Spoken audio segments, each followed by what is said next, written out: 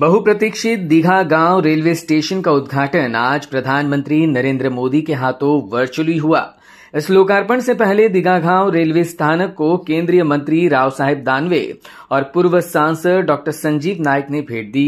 साथ ही मौजूद थे पूर्व नगर सेवक नवीन गौते, अपर्णा गौते, दीपा गौते, राजेश गौते, वीरेश सिंह और तमाम बीजेपी पदाधिकारी।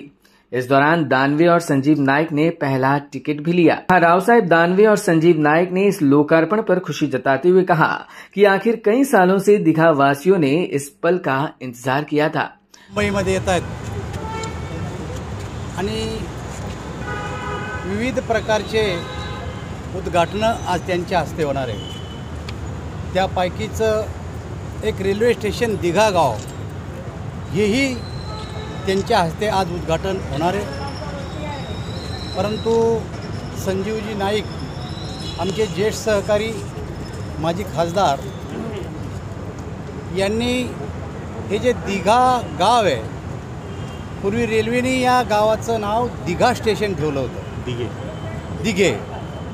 परंतु दिघे गाव असावं अशा प्रकारचं अनेक वेळेस दिल्लीमध्ये येऊन मला विनंती केली।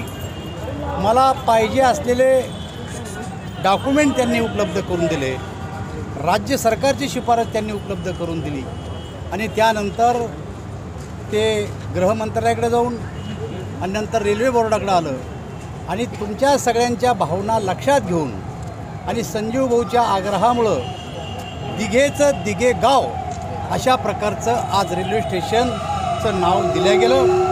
मी आपल्याला सगळ्याला आग्रहाची विनंती करतो की मोदीजी ज्यावेळेस उद्घाटनाला येतील त्या टायमाला आपण सर्वांनी या ठिकाणी उपस्थित राहावं अशी मी आपल्याला सगळ्याला आग्रहाची विनंती करतो।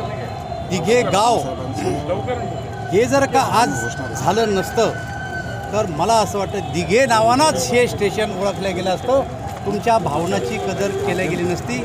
परंतु केंद्र सरकार आणि राज्य सरकारने आपल्या भावनाची कदर करून या स्टेशनला दीघा गाव अशा प्रकारचं नामकरण केलेलं आहे। म्हटलो मी आता मोदीच्या कार्यक्रमाला चालतो, या स्टेशनवरचं पहिलं रेल्वेचं तिकीट मी स्वतः आणि संजीव भाऊ नाईक राव साहेब दानवे आगे बढ़ो, हम तुम्हारे साथ हैं। आमच्या कारकिर्दीनंतर दुसऱ्याला ज्यांची संधी मिळते, परंतु आयत्या बिळावर नागोबा असलेले अनेक लोक असतात।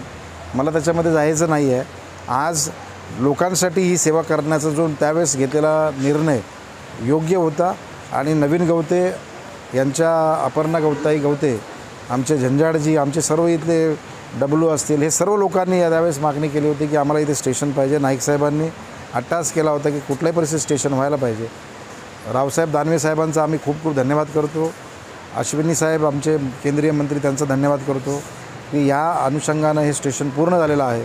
आज त्याचं उद्घाटन होतं आहे। माननीय मोदी साहेबांच्या विकासाचा रथ हा नवी मुंबईच्या दिघ्यावरून चाललेला आहे, याचा आम्हाला अभिमान आहे।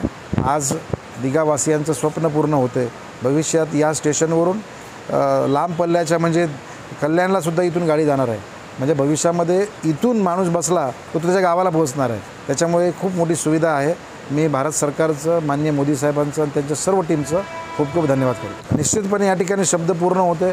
दीघा स्टेशन व्हावं याच्यासाठी ठराव आम्ही मान्य केले, रेल्वेच्याकडून मंजुरी केली आणि आमच्या कारकिर्दीमध्ये या सर्व गोष्टीला मूर्त स्वरूप लागलं।